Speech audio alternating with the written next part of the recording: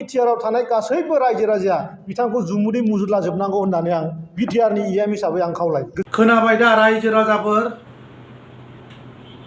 बे राकेश ब्रह्म बिटिसिनि इएम मेलेम गेसाव बिनि नैबे खर'नि जि पावार, जि खर'नि गिहि, बे गिहिया रानलांजोब्बाय। आरो बे राकेश ब्रह्मआ सासे ब्लेक लिस्टेड खालामजानाय सासे थिखादारमोन बियो, बेखौ बयबो मिथिखागौ। नोङो दिनैनि दिनाव नों लाजिदोंना लाजियाखै? सासे बिटिसिनि फर्मार चिफ हाग्रामा महिलारि बिथांखौ रायजो राजाफोरखौ हाग्रामा महिलारिखौ खुदै मुजुलाजोबनांगौ होननानै नोङो बुंनो नों लाजिगोन ना लाजिया? नोङो सासे लिडार जाबाय, नोङो सासे बिटिसिनि रायजो राजानि नोङो सासे रिप्रेजेन्टेटिभ पाब्लिक फिगार, नोङो दिनैनि दिनाव माब्रै बेबायदि बुंनो हाखो? आसरित।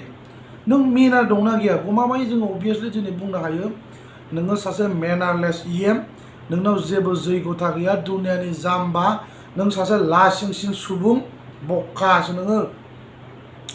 रायजो राजाफोरनो मोजां नोङो खोथा बुंनांगौ ना बले बेफोरबायदि खोथा नोङो फोरोंनांगौ? बुरबक, हा? इउ डोन्ट हेभ एनि कमन सेन्स। नोंनाव जेबो कमन सेन्स गैया नामा? इउपिपिएलनि मथ'आ बेनो नामा? जेखि लिडारानो जाया मानो सोरखौबा खुदै मुजुलानाय मानाय गासिबो खुदै मुजुला जोबनांगौ ना हाग्रामा महिलारि बिथांखौ रायजो राजाफोरखौ खावलायदों।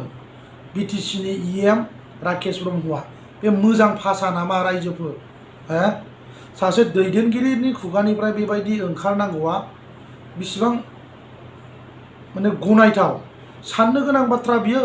सासे दैदेनगिरिनि खुगानिफ्राय जुदि सोरबा लिडारखौ खुदै मुजुला जोबनांगौ होननानै फोरोंनाय बुजायनाय बेफोरबायदि दुनियाव नुफेराखैमोन।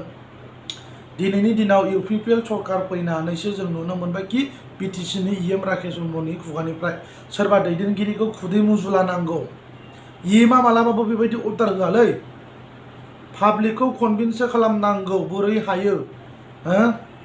मा सोरबा लिडारखौ खुदै मुजुला नांगौनो? बिसि मोनसे भाषा नामा बियो? बुरबक, नों बायदि मानसिया जाम्बा होननायावनो खेसेबावदों आंखौ। होमबा दिनैनि दिनाव नोंखौ मा बानायगोन? नोंथ' सासे मेनारलेस, नोङो जैगथा गैयि सासे इएम नोङो। बे मोनसे खोथा जायो नामा बियो? नोंनाव लाजिनाय दंना गैया? साननाय दंना गैया? बेबायदि बुङोब्ला मा जागोन? सासे बिटिसिनि फर्मार चिफलै हाग्रामाया, बेनोबो एसे रिसपन्स होनांगौ। मोजां मथनै रिसपन्स होब्रा, मोजां मथन खोथा बुं। मा ननसेन्स वार्डस जेब्लाबो खोथा बुंबाय थायो नोंलाय, बखा। बेनो लास्ट, बेनो फार्स्ट। बाराद्राय अस्थादगिरि जानानै जेबो लाब गैया, मिथिबाय? दिनैनि दिनाव नोंथांमोना रायजो राजानि जौगानायनि खामानि मावनो फैदों ना बले सोरबा हाग्रामाखौ खुदै मुजुला नांगौ होननानै बेबायदि अर्डार होनो फैदों? सोर? हु इज राकेश ब्रह्म? सोर? रायजो राजाफ्रा कमेन्ट बक्सआव लिरनानै हर, बे मोजां जादों ना? सोरबा दैदेनगिरिया जुदि सोरबा दैदेनगिरिखौ खुदै मुजुला नांगौ होननानै बुङोब्ला बे जोंनि समाजाव गनायजाथाव मोनसे खोथा नामा बियो? दिस इज आनएक्सेप्टेबल रायजो राजाफोर। आरो नोङो सासे दुनियानि जाम्बा सियान इएम, नुफेराखै बेबायदि? आं बेबायदि इएम नुफेराखै। For the first time in my life आं नुफेरदों नों बायदि सासे मेनारलेस, जैगथा गैयै, गाजा बेरनो रोङि खोथा बुंग्रा दुनियानि जाम्बा सियान लासिं सिं इएम होननानै बुङोब्ला राकेश ब्रह्म। गोसोआव ला रायजो राजाफोर।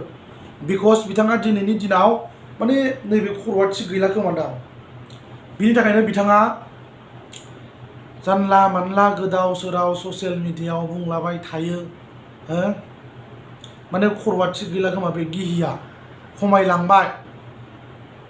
गोथाव गोथाव बेदर, अमा बेदर माबा माबि जानाङोब्रा, नैबे मेन्टेलिटि स्ट्रेंथआ नोंना फैफिननायनि। नोंसिनि जि स्ट्रेटेजि खालामनाय ओरैबायदि डार्टि, आयौ, माने रायजो राजाफोरखौ नोंसोरो बबे लामाजों दैदेनलांनो सानखो? आसरित, लाजिथाव। सासे नोङो बिटिसिनि वान अफ द मस्ट माने सिनियरबो नङा बियो, माने जुनियरसो, गोदान। बोरैबा माने आनफर्चुनेटलि बिथाङा बिटिसिनि इएम जासनबाय बेनो थैनोबा बेनो फार्स्ट बेनो लास्ट नोंनि थाखाय राकेश ब्रह्म जेसेबांखि नोङो लेक्सार होआ रावबो रायजो राजाया गनाया बियो रोखा आरो दिनैनि दिनाव इउपिपिएलनि जेसेबां सापर्टार्सफोर दं रायजो राजाफ्राबो दुखु मोनबाय आरो खुनु दिन आरो जोङो इउपिपिएलनो भट लागोन होननानै रायजो राजाफ्रा थिरांथा लाबाय एबा समायखिरा लाबाय प्रमिस लाबाय बिकज नोंसोरो जि एसुरेन्स होदोंमोन बेखौथ' मावनो हायाखै बे रोखा जि कमिटमेन्ट होदों बेखौबो मावनो हायाखै अलमस्ट 2 years रानिं जाबाय बाट steel there is no huge development in our society एबा बिटिसिआव जों दिनै बुंखागोन मानो बुङा जानो नोंसोरो एसे खोथाफोरखौ सुइटेबल एसे एक्सेप्टेबल खोथाखौ बुंब्रा मा फाग्ला नन सेन्स वार्ड्स खोथा बुङो एभ्रिडे हदाय बिदि बुंजायो नामा खर'खौ एसे बाहायनानै बुंब्रा बेबो सासे मानसिना हाग्रामायाबो बा खुदै मुजुलानो थिनलायनाय बे मोनसे खोथा नामा बियो बे मोनसे मोजां भाषा नामा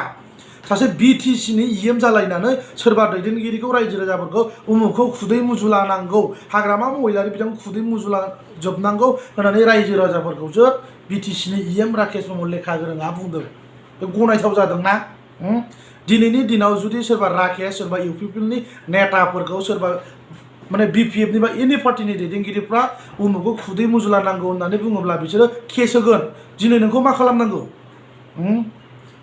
नोंनावबोथ' एसे नैबे खर'आव थानांगौना माथो नोंबो एमएस पासनो फिजिक्सआव गुवाहाटि इउनिभारसिटिनाव कटन कलेजाव फरायो होननाय खोनादों नंगौना नङा आं मिथिया राकेश ब्रह्म डकुमेन्ट्सखौ नुबासो मोनसिगोन जानोबो हागौ जायाबो जानो हागौ मस्ट प्रबाबलि एनिवे जेबो नङा बाट दिनैनि दिनाव जुदि नोंथाङा सासे गोख्रों दैदेनगिरिब्ला रायजो राजाफोरखौ नोङो मोजां माने बिबुंथिसो होनांगौ मोजांसो बुंनांगौ माबा रायजो राजाखौसो उमुखखौ बिदि बुं होननानै फोरोङो सोर होखो नोंनो बिदि अधिकारखौ बेबायदि बुंनो सोर होखो आसरित मानसि नोङो दुनियानि थार्ड क्लासलै राकेश गाज्रि मोननानै लाब गैया बुजिबाय दिनैनि दिनाव नोंसोरबायदि नेतानि खर'आवनो जुदि बेबायदि जुजाय बे खर'नि बिदैया रानलांजोब्बाय दे बाय दे दिनै नोंसोरो मानो इसिबां ननसेन्स खोथाखौ नोंसोरो मानो बुङो एसे मोजां खोनासंजाथाव एसे माने रायजोफ्राबो खोनासंनानै जाहाथे नोंसिनि खोथायाव इमप्रेस जायो प्लास नोंसोरो खोथाखौ बुंनांगौ कि माने मोजाङै बोरै एप्रोच खालामनो हागोन हाउ इउ केन एप्रोच नैबेबायदि स्टाइलखौसो नोंसोर लानांगौ माबा नोंसोर डिनाय खालामनाय सोरखौबा मुगैनाय उमुक माबा माबि हेन तेन एभ्रिथिं बिदिसो खोथा बुङो बेबायदि नङाना पलिटिक्सआ जुदि नोंथांमोना फैबाय थानाय समाव माने कामिं डेजफ्राव जुदि नोंथांमोना पलिटिकेल एबा नोंसोरनि इउपिपिएलनि माखासे स्ट्रेटेजिफोर खालामनायखौ गोख्रों खालामनोब्ला नोंथांमोना मोजां रोखोमै बिबुंथि होनोब्ला आदारवाइज जुदि होनो गोसो गैयाब्ला जानला मानला बेबायदि बुंनायखौ रायजोफ्रा साबजानाय मोनाखै बेयो जोंनि थाखाय ओरैबायदि लाजिथाव आरो नोंथ' लाजिथावखा नों मेनारलेस नोंनाव जेबो मेनार गैया नोंनाव जेबो क्वालिटि गैया इउ डोन्ट हेभ एनि क्वालिटि अके नोंनाव जेबो क्वालिटि गैया नोंनाव जेबो बिहेभ गैया नोंनि जि बिहेभियार जि केरेक्टारिस्टिक्स बे बेकार नोंनाव गैया दुनियानि जाम्बा सियाम लासिं सिं इएम होननानै बुङोब्ला नोंलै राकेश ब्रह्म दुनियाव बेबायदि इएम गैया जल बख्रा सोर होखो नोंनो अर्डारखौ बिदि बे मोनसे भाषा नामा बियो इएम जालायनानै नोङो बेबायदि बुंनो नों समायो नामा नोङो सासे पाब्लिक फिगार पाब्लिकनि नोङो सासे दैदेनगिरि पाब्लिकफ्रा नोंखौ सापर्ट खालामनानै देरहाहोदों नोंनि खुगानिफ्राय बेबायदि ओंखारनो समायो नामा नों सासे इएमसोलै नों सासे इलेक्टेड मेम्बार नोङो इएम बिटिसिनि अबेबा गामिनि गावबुरा नङा नोङो जोंनि अल बिटिसिनि नोङो सासे इएम नोंनि खुगानिफ्राय बेबायदि ननसेन्स खोथाया ओंखारनो नाङा लाजिनांगौ बुजिबाय ओंखायनो आङो जोबथारनायाव फाइनालि रायजो राजाफोरखौ बे भिडिअनि गेजेरजों आं आपिल खालामो नोंथांमोनाबो खोनाखाबाय जानांगौ जि बिपिएफ इउपिपिएलआनो जाया मानो दिनैनि दिनाव स्टाडि खालामदो इउपिपिएलनि नेताफोरनि खर'आ माबायदि भाषा बाहायो माबायदि इउज खालामो माबायदि खोथा बुङो मा रोखोमनि वार्डस इउज खालामो नोंथांमोना नुबाय ससियेल मिडियाआव